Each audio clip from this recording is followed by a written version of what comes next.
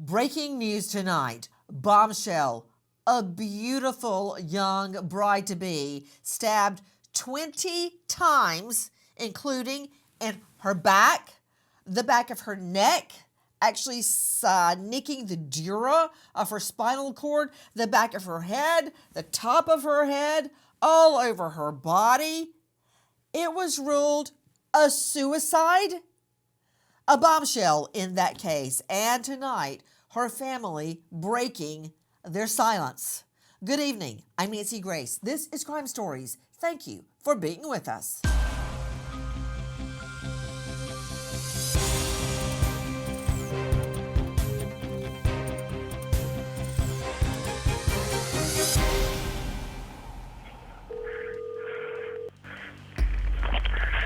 Fire Department 842, what's the address?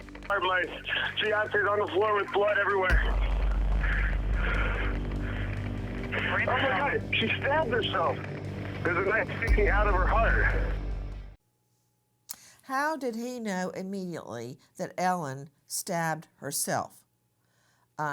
Because I would never think that my husband stabbed himself. I just wouldn't believe that. So what was on the crime scene that suggested a suicide? Now, hold on.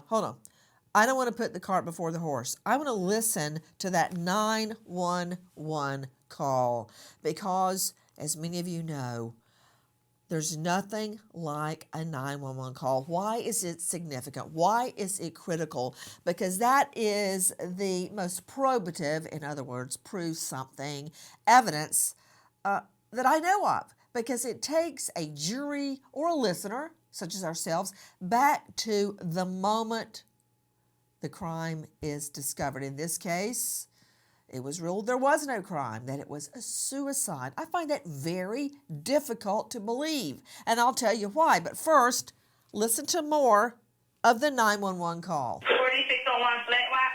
Yes. What's wrong? I went downstairs to go work out. I came back up. The door was latched. My fiance's inside. She wasn't answering. So after about a half hour, I decided to break it down. I see her now just on the floor with blood. Like she's not responding. Okay, is she breathing? Look at her chest. I need you to calm down. I need you to look at her chest. It's really. I really don't think she is. Listen to me. Someone's on the way. Look at her chest. Is she flat on her back? She's on her back. So I bring her. Look at her chest and tell me if it's going up and down, up and down.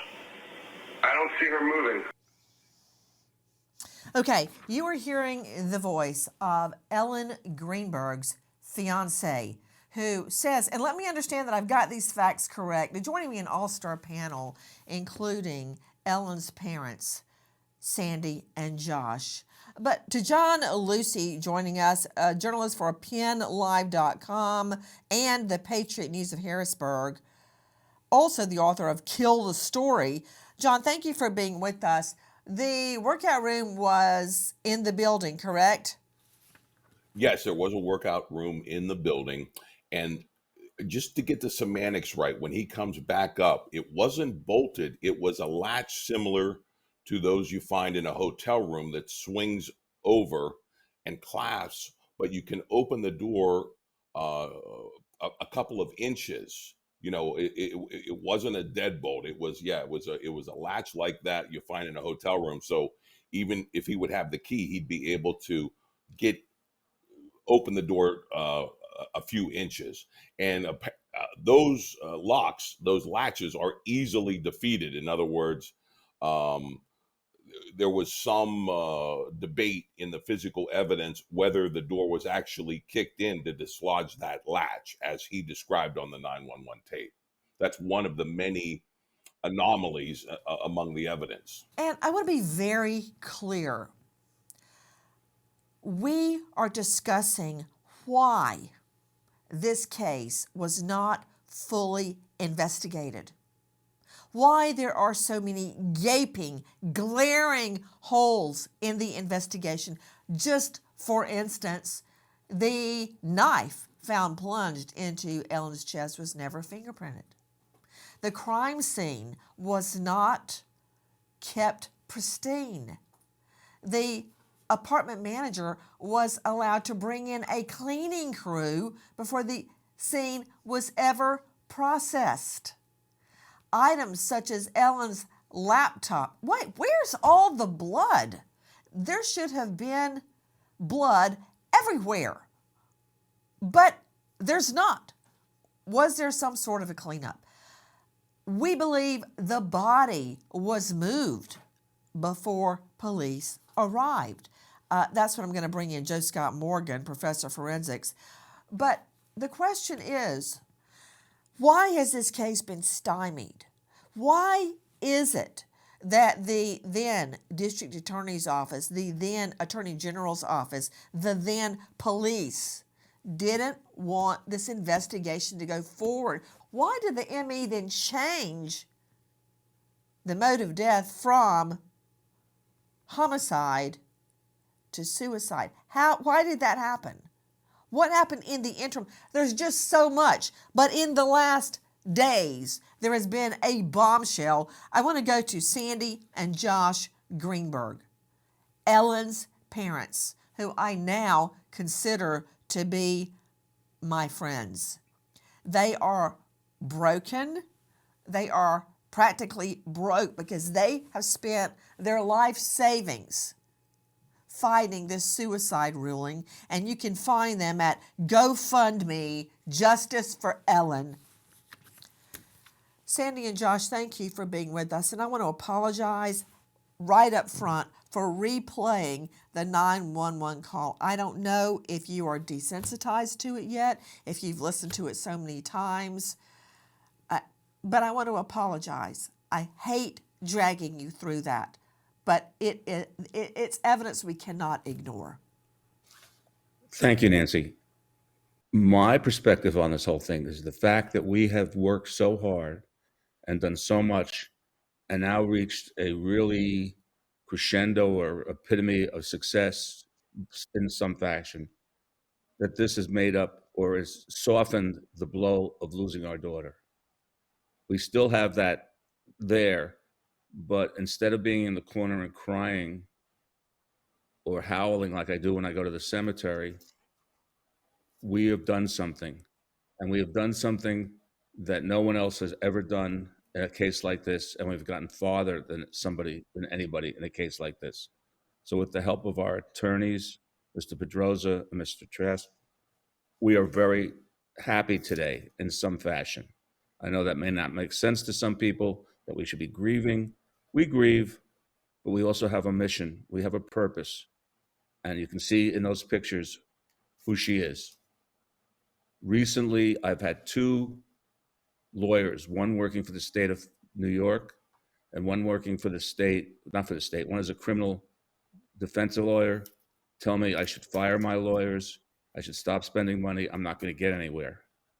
And as we're going to discuss today, we have really got this case as far as we can go in the Commonwealth of Pennsylvania, I believe. I'm not an attorney either.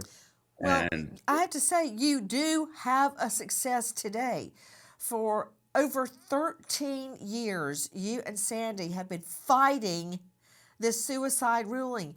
And in the last days, a momentous turn of events. You've been turned down by every court, by every prosecutor, you name it. Sandy, in the last hours, you and Josh, Ellen's parents, have achieved something that has never been done before in that jurisdiction. And that is, you are going to be allowed, finally, after 13 years, to challenge the suicide ruling. Does that mean it's going to be ruled a homicide? No. Does that mean that there is a person of interest or a suspect? No. It means that there may be an investigation of your daughter's murder. Correct. Yep. Which I never expected to get such great news and to advance this far, but I'm not giving up. She was someone that we were raising to be the best possible version of herself, and poof, she's gone. We'll never be grandparents. We'll never have grandchildren, but I want to make her proud of us. I hope we are. want to ask you something, Sandy. I remember the day that you and Josh and I went to the cemetery, and I walked up to where Ellen is buried. And you, but especially Josh, hung back. You could hardly even bring yourself to walk up to her plot in that cemetery. And then you couldn't speak. Why is it you couldn't bring yourself to walk up to that headstone? It's hard to believe that that's where her body was laid to rest. And weeks after, she had died in the wintertime, and weeks after, I'd be driving at night and it's rainy and cold and nasty. And I think of my child's body lying in the box in the cemetery with all this nastiness all around her. And I just can't believe, she's just been completely eliminated. This is not we expected to be at this time or to get to this time. We wanted a quote unquote normal family.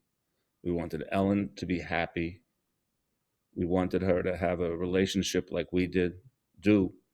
I mean, I don't know. We don't really just discuss this very often, but most marriages don't last after an incident like this. And we're now going on our 45th year Of marriage. So there's a lot here that we don't speak about, but we have fought for Ellen.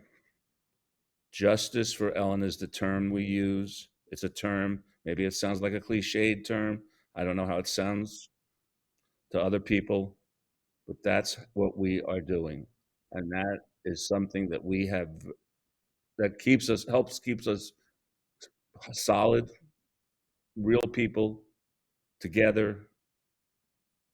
And even as a team, it helps us as a team. I'm talking about with attorneys we work with Mr. Brennan, who we work with everybody.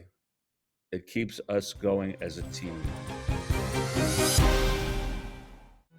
27-year-old Ellen Greenberg found dead inside her home.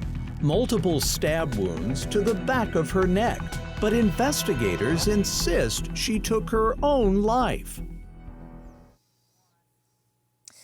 I have learned so much about Ellen. I only wish I knew her in life instead of getting to know her through autopsy reports and police reports and what friends say and what her parents have told me. This is a little bit of what I know. Listen. Ellen Greenberg is a first-grade teacher in Philadelphia. At 27 years old, she and longtime boyfriend Sam Goldberg have just sent out save-the-date cards for their upcoming wedding. A blizzard is bearing down on Philadelphia, and school has dismissed everyone early. And on her way home, Ellen stops to fill up her gas tank. Once she's home with her fiancé, Sam Goldberg leaves around 4:45 p.m. to work out in the apartment complex gym. When Sam arrives back less than an hour later, the door is locked from the inside. Joining me is renowned forensics expert Joseph Scott Morgan, professor of forensics, Jacksonville State University, author of Blood Beneath My Feet on Amazon, star of a hit series now, Body Bags with Joseph Scott Morgan. Joe Scott, this is going to be very difficult for you, but in a one-word answer, did Ellen Greenberg commit suicide? N-O, no. Impossible. The first time I read this file, the first time I read an article long ago about the ruling, the suicide ruling, I believe I immediately called you. Because how can anyone, stab themselves 20 times that we know of, and we also know about the phenomena of overlapping stab wounds, where someone is stabbed in the same spot. We're dealing with that with Brian Kohberger's case right now. So there may be more stab wounds, but I'm going to go with 20. How can you stab yourself 20 times. And I had to write these down in preparation for talking with you this morning, Joe Scott Morgan, when at least three of the stab wounds could be deadly. For instance, stab wound E, as in elephant, certainly fatal. Stab wound H, happy, fatal. Stab wound number 2, very likely fatal. Stab wound K had to be inflicted with a serrated abrasion. But I find that the wounds are diametrically opposed to each other regarding trajectory path. In other words, there are vertical stab wounds, there are horizontal stab wounds, there are oblique stab wounds. One that bothers me the most, actually two, is the one basically on top of the head. How do you attack yourself on top of your head? And the wound where her dura of her spine is cut. How do you do that to the back of your neck? And then last and most importantly, some of the wounds were inflicted post-mortem, after death. Her heart was not beating. How could she keep stabbing herself? I mean, how? The thing about stab wounds, Nancy, is that every time an edged weapon is introduced into somebody's body, a pain center fires. So over and over again, you mentioned the number 20. So, and even for our listeners that are following this case, and many have for now these many years, you can identify with just a paper cut perhaps at home and how painful that is. If you can imagine a serrated edge, and that's what we're talking about, just like a steak knife, okay? And it's roughly a 5-inch blade. You have to do the conversion from metric. Roughly a 5-inch blade. You've got this running along the surface. So let's just I need take, to see for Joe Scott instance, Morgan right now. if Okay, you Joe just Scott, take, slow it down for me. yeah, sure. If Go ahead. one of the very curious things, Nancy, is the fact that you have a blade that is entering the chest, and there's a couple of these along the way where you're talking about the blade is going from right to left, then from left to right. And here's one of the really curious things. There's one of these injuries that actually the trajectory takes it upward like that, okay, as opposed to Which one is another that? deflection. Which one is that? I'd have to refer back to my notes at this point in time, Nancy. But if you go to H, for instance, it's 4 centimeters deep, and you're talking about from left to right. However, if you go to, let's see, which one was it? I had it right here. Wait, Sorry. but I've got to ask you a very fundamental question. And this Yeah, is sure. from a lawyer, not a medical professional. Josh Sandy, Ellen's right-handed, correct? Ellen was right-handed. Yeah, we've asked that before. Yeah. Okay, are we sure? Because I've been told she's right-handed. Yes. Are we sure Ellen was right-handed? Yes. I Okay, played that's all I softball needed with to her. know. You sure did. You sure did. Joe Scott Morgan, some of the wounds are left to right, which I completely understand if she's right-handed. But how do you do, in addition to all the steps to the back and to the top of the head and to the back of your neck, Yep. how do you stab yourself, if you're right-handed, from right to left? It's almost empirically impossible to do this, Nancy, because you're talking about a readjustment of the blade on the plane that it's on. So you have to spin the knife in a particular direction in order to achieve this. And that's why I go back to this idea of the pain centers that are firing. So in the midst of all of this so-called frenzy that would have come along with a suicidal self-inflicted stab wound, you're having to readjust the knife backwards. You would invert the knife and then pull it back to the original orientation. In addition to that, and we're talking about now the injuries that are posterior on the back side, I don't know how Okay, wait. anyone I would think I accomplish just this figured out task. what you were saying. You know what? Yeah. You're going to have to work on your testimony, Joe Scott, because if it took me that long to figure it out. I think what you're saying was, let's pretend I've Yeah. got the knife. To get those serrations on her body, she'd have to take it out of, she'd have to take the knife and turn it around and Yeah. commit the next stab. Yes. And that is because we see which side of the knife is cutting her. So she'd have to, okay, here's an example. You know how there is the American and the European mode of cutting your meat? Europeans allegedly hold the knife and the fork, and they never swap. The American style is you swap, you cut the knife, you cut the meat with Right. your right hand, you put down the knife, you take the fork out of your left hand and put the meat to your mouth. You swap back and forth, all right? Correct. That's Yep. what you're saying would have to happen here for these serrations to be performed by Ellen. She'd have to turn the knife around and then Yes. continue stabbing herself. That did not happen. And again, there is no person of interest. There is no suspect. All there Yeah. is a big stinking mess because this case was not investigated. Tom Brennan joining Nancy, me. can I please What? add one more Yes, thing? what? Okay. Could I One of the stop you? biggest No. Yeah, sure you could, but one of the biggest faux pas here relative to this report, and you're breaking a norm here with this autopsy report. Nowhere in this autopsy report are the length of Ellen's arms mentioned. And when you're talking about, and I've been involved in over 7,000 autopsies, Nancy, and anytime you're talking about knife wounds and you're talking about self-inflicted events, you have to measure the arm length to see if this is even possible for this to occur. This has never occurred in this autopsy. We've talked about this in the past. And so I cannot understand why in the world they would not have taken the time to Put him do up, a please. shoulder. Why in Put the him up. I world want to they see would not? that. Joe Scott, I thought you were Yeah, waxing philosophic again on the no. art of a medical examination, but I've never heard that mentioned before. The Yeah, length of her arms were not yeah, taken into consideration, or whether she was right handed or left handed. right. Hold on, hold your Yeah, thought. Tom Brennan joining me, private eye consultant for the Greenberg family. He's been on it from the beginning.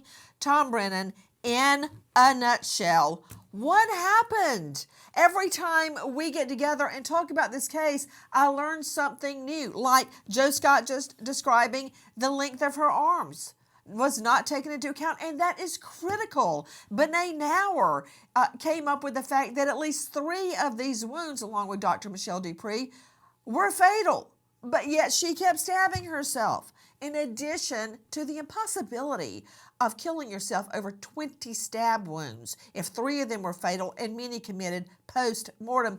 My question to you, Tom Brennan, A, thank you for staying on the case, but the question is, what happened in between the medical examiner naming this a homicide and then suddenly going, oh yeah, scratchy, scratchy, I've now decided it's a suicide. What happened in the interim, Tom Brennan? Well, what you have to understand, there there were 2 meetings, unrecorded meetings, okay, between the medical examiner and the police. And one meeting was with a member of the district attorney's office, the police, and the Dr. Galino and Dr. Osborne. Okay, and at that meeting, um, that's when Dr. Osborne decided he was going to change um, his findings from homicide to suicide. Okay. Okay, hold on. John Lucy joining me from penlive.com.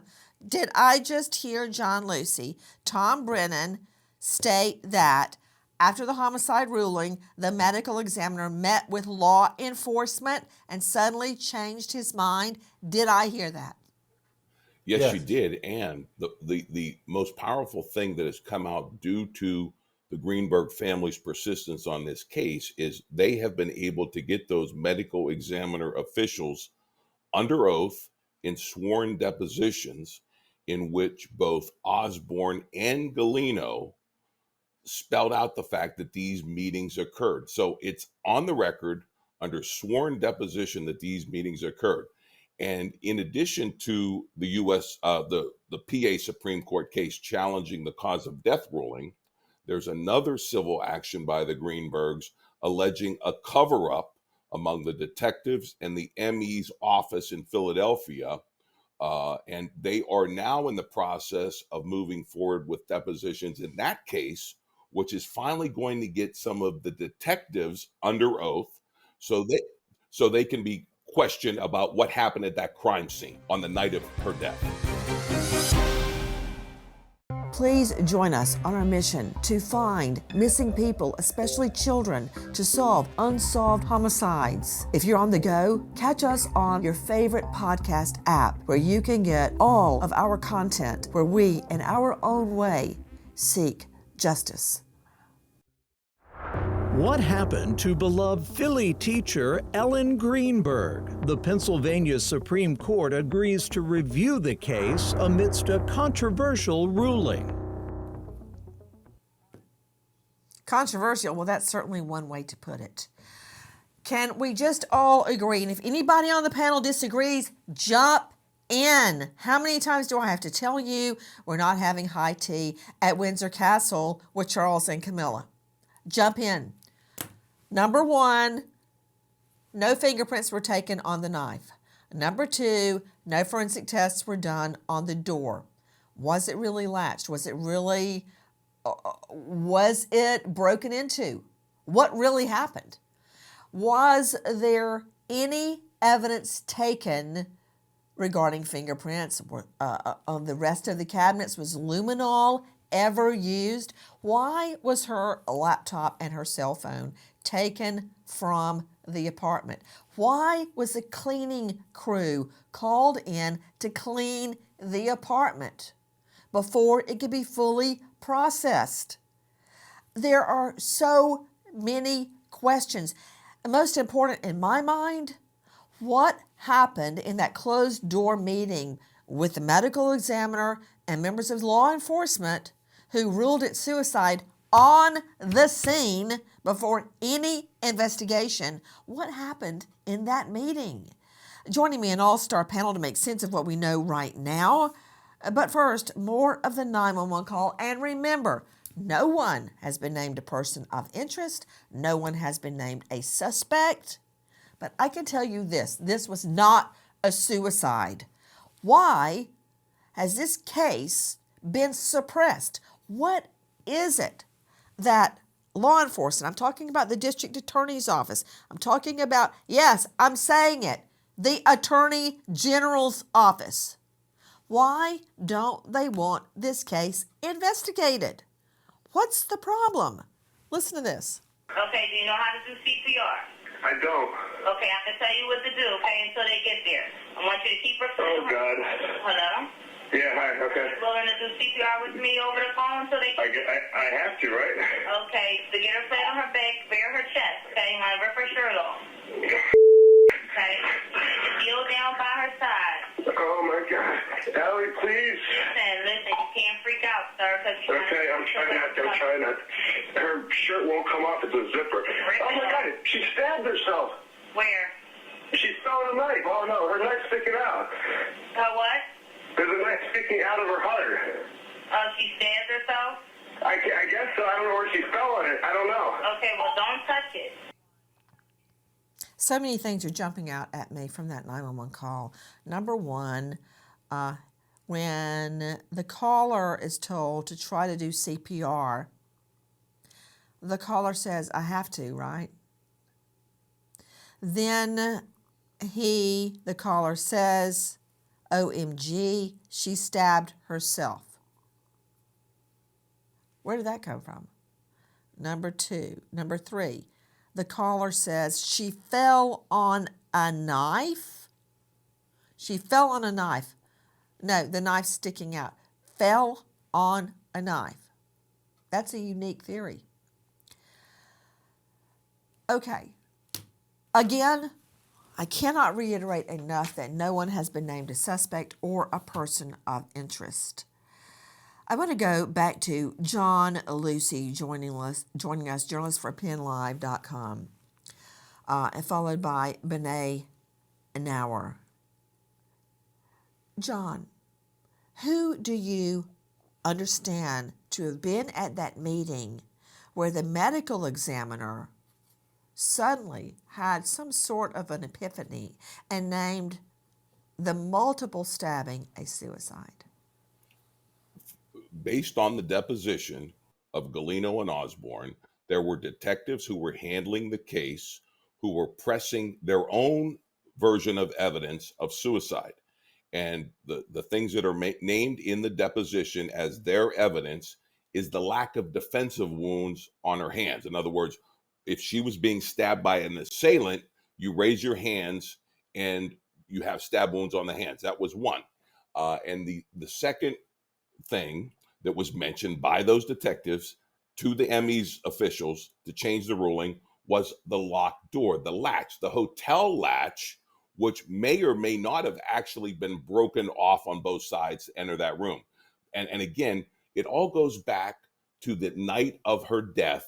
And for whatever reason, those responding detectives treated it as a suicide, and they bought into the narrative established on the 911 call that was a suicide, and they did not preserve the scene to be fully processed. And by the time that the ME ruled it a homicide, and by the time the detectives got back, you're right, it was cleaned by a professional cleaning crew. And even the video that the hotel manager shot of the apartment as it existed before the cleaning, that has been subsequently lost. That was turned over to police, and now that tape of what existed in that apartment before the cleaning is gone as well. And that's all on the record. The bizarre case of Ellen Greenberg, the 27-year-old Philly teacher found dead in her own home, stabbed 20 times, ruled a suicide. What happened to Ellen? Let me understand something to you, Joe Scott Morgan, professor of forensics, death investigator, and author. Were her fingernail scrapings ever taken? Do we know? No, not to the best of my knowledge. No. And that's You have Liz, heard you've heard bandied about that there were no defensive wounds. Mhm. What say you? And also, what do you make of markings on Ellen's neck and multiple bruisings across her body in various stages of healing? Yeah, and we refer to those in forensic pathology as resolution. And so you've got multiple areas of small bruises, contusions that are in various stages of healing throughout the body, and that's certainly very interesting. And I remember asking Josh and Sandy years ago. I think we had a conversation. I said, did Ellen have a problem walking or a problem with her gait, or was there is some kind of inner ear problem where she had some kind of problem with balance? She's bouncing off of walls and furniture and all, and they couldn't come up. They said, no, that wasn't the case. So, why would she have? And I even wanted to know if she had some kind of disorder, blood disorder or something. Maybe she's just spontaneously bruising. I have no idea. But none of that can be proved. Back to the markings on her neck. Weigh in. Yeah, when we're talking about markings on the neck, Nancy, that's something that is so crucial relative to their current status at autopsy, relative to how fresh they are. Are they going through resolution at this point in time? And I think that it's very important in this case because the neck on anyone that is being stabbed is a point of contact where a perpetrator would place their hands on somebody's neck as a point of control in order to drive a blade into somebody's body. That has to be examined very, very carefully. To Sandy Greenberg, what do you make of the fact that no luminol was ever used at the scene? The scene was cleaned by professional cleaners. Her fingernails were never scraped. And I firmly believe that there is evidence her body was moved before police or first responders got there. I'm horrified that she was treated so poorly, and I'm embarrassed for the Philadelphia Police Department. They wouldn't do that to if any of their children were in this situation. They wouldn't be treated like this. She paid taxes, and she deserves the same justice and the same attention that everyone else gets or should get. I'm just very curious. John Lucy joining us, journalist, Penn Live, and the Patriot News of Harrisburg. Why her fingernails were never removed to see if she scratched anyone. How, with a straight face, a medical examiner how could he state she had 3 potentially fatal stabs and kept stabbing herself? After that, those debilitating stabs, how she stabbed herself in the spine, nicking the dura, and kept going. How she got stabs on the very top of her head, virtually impossible. No luminol was done, and very, very significant, John Lucy, there was dried blood going horizontally across her face, dried that way. Yet she was found by first responders sitting up, slumped up vertically against the kitchen cabinets. The blood should have been going down, not across. That indicates staging. John Lucy? Well, we call that the wrong way blood, and it's one of the many anomalies at the crime scene that was treated as a suicide scene the night of her death and thus never preserved and never processed. That is the original sin of this whole case, and that's why this case, even if it goes to the PA Supreme Court and is ruled that it can be reinvestigated as a homicide, likely never ends in a perpetrator being identified, because with the way that scene was handled, all that evidence was erased. As for that dura and that the spinal cord specimen, that was preserved from the original autopsy, but it was never fully sectioned and photographed until many years later, after the Greenbergs kept up their own investigation, and Galino finally turned that dura over to another assistant ME. She processed it, she investigated it, and she's the first one to put on the record in a sworn deposition that the spinal cord wound had no bleeding associated with it, meaning it was a post-mortem wound. And that is all on the record in the sworn depositions that the Greenbergs have secured as part of their lawsuit. The body of Ellen Greenberg is transported to the medical examiner's office with the knife still lodged in her chest. Dr. Marlon Osborne discovers Ellen has been stabbed 20 times in the chest, neck, and head. 10 of the stab wounds are to her back and neck. 8 of the stab wounds are to her chest. Dr. Osborne notes that the knife embedded in her left chest is through her clothing. Ellen Greenberg is wearing 2 shirts when she is stabbed, and the defects in the shirts are consistent with the underlying wounds. And more significantly, listen. Performing the autopsy on Ellen Greenberg, Dr. Marlon Osborne notes that beyond the stabs to the back and the neck area, Ellen also has a 2-inch stab wound to her stomach and a 2.5-inch long gash across her scalp. Ellen also has 11 bruises all over her body, her right arm, leg, and abdomen that are all in various stages of healing. Dr. Marlon Osborne rules Ellen Greenberg's death a homicide. I don't understand so many aspects of this case, but Sandy and Josh Greenberg breaking their silence now. How could Ellen, who is right-handed, stab herself repeatedly in her right arm? How? How do you, with your right hand, stab yourself in your right arm? And Defies who could keep logic. stabbing themselves after 3 fatal stab wounds? The whole thing is just I can't say it on the air, but it is just a big mess. It doesn't make any sense. None of it makes any sense. The fact is 2 knives makes no sense. The fact that the way the wounds are make no sense. The fact she has a brutal wound on the top of her head makes no sense. Sandy, why is it so important, as you've stated in the past, to clear Ellen's name? She's already lost her life. Why is it important to you that her death be fully investigated? It's wrong.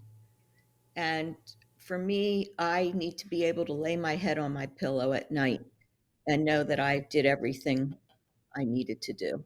And this is very important to me.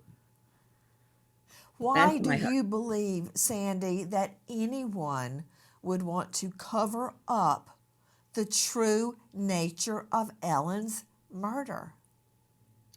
When we were being deposed by the city for the lawsuit, I had 5 different attorneys questioning me and insisting, trying to put words in my mouth and insisting upon this being a suicide, which it clearly wasn't.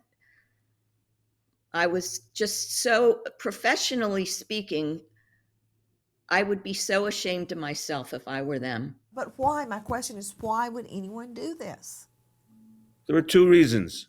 A, the police did a lousy investigation. B, someone's being protected. I can't think of any other reasons. We wait and we pray that justice will unfold in the murder of Ellen Greenberg. We stop now and we remember American hero Detective Sergeant Mason Griffith, just 34, shot and killed in the line of duty. He is survived by a grieving wife, Jennifer, and sons, Trevor and Jason, sentenced to life without their father. American hero Detective Sergeant Mason Griffith. Thank you to all of our guests, especially to Josh and Sandy Greenberg, my friends.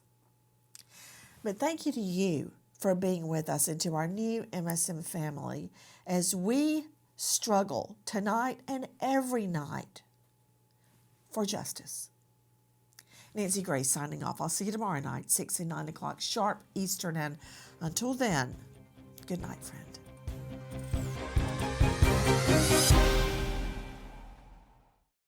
Please join us on our mission to find missing people, especially children, to solve unsolved homicides. If you're on the go, catch us on your favorite podcast app where you can get all of our content where we, in our own way, seek justice.